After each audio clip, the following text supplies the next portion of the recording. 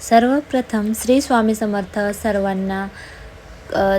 सर्वांना दीपावलीच्या हार्दिक शुभेच्छा। तर इतके धन मिळेल की ठेवायला जागाही पुरणार नाही।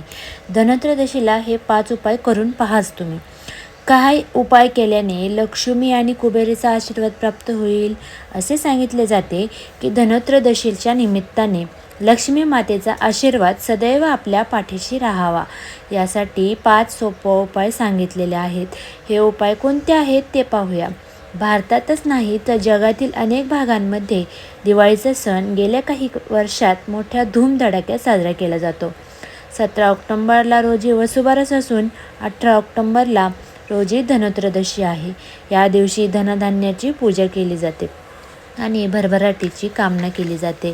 लक्ष्मी म्हणजे संपत्ती, त्यामुळे या दिवशी सोन्या नाण्यांची पूजा केली जाते। व्यापारी वर्ग हिशोबाच्या वह्यांची पूजा करतो।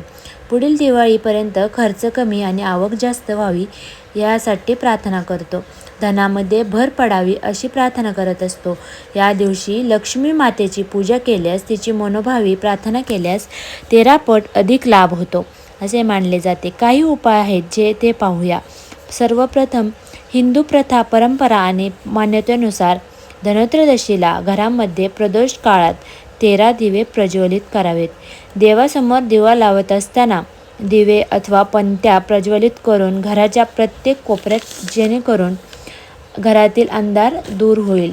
दुसरा आहे, असे मानले जाते की धनत्रयोदशीला प्रदोष काळात पूजा करण्यासाठी लक्ष्मी मातेची आणि गणपती बाप्पांची मूर्ती किंवा आपण घेतोच, तर या दिवशी खरेदी करणे हे लाभदायक मानले जाते। तिसरा आहे, धनत्रयोदशीला धन्वंतराचीही पूजा केली जाते। असे मानले जाते की अमृत मंथनातून ज्या 14 रत्नांचा जन्म झाला त्यामध्ये भगवान धन्वंतरीचाही समावेश होता। धन्वंतरीची पूजा करताना ओम नमो भगवते धन्वंतराय विष्णुरूपाय नमो नमः या मंत्राचा जप करणे लाभदायी ठरते। धन्वंतरींची पूजा करत असताना लवंग अर्पण केल्याने सुख समृद्धी वाढते आणि पैशाची चणचण कमी होते। तर चौथा आहे, धनतेरसला लक्ष्मी माता आणि धन्वंतरीप्रमाणेच कुबेराची पूजा केली जाते।